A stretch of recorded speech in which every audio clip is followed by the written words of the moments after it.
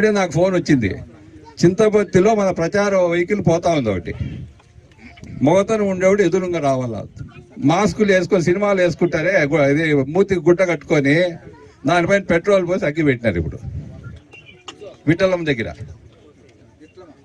దగ్గర రోడ్లో పోతా ఉంటే అది మొగతనమా? ఇప్పుడు చింతల రామచంద్ర అడుకో, పెద్దిరెడ్డి రామచంద్ర అడుకో, మితిన్ రెడ్డికో మొగతనం ఉంటే చక్కగా రావాలా? నా భార్య ఉందండి వాయిలపాళ్ళు తిరుగుతోంది, ఇప్పుడు ఆడు కూర్చొని ఉంది. ఇప్పుడు చెప్పు, అంటే ఎంత దిగజారిపోయినారంటే యువని బెదిరించేది వీళ్ళు ఇట్లా పనులు. చెప్పు, మాస్కులు వేసుకొని ఓ డ్రైవర్ ఒకటే పోతా ఉంటే పాపం నానికి ఇంటికలు కూడా కాలినాయంట, పెట్రోల్ పోసి అగ్గి పెట్టినారు. ప్రచార రథం ఇప్పుడు మనం పాటలు పాడుతూ ఉందే అట్లా బండికి.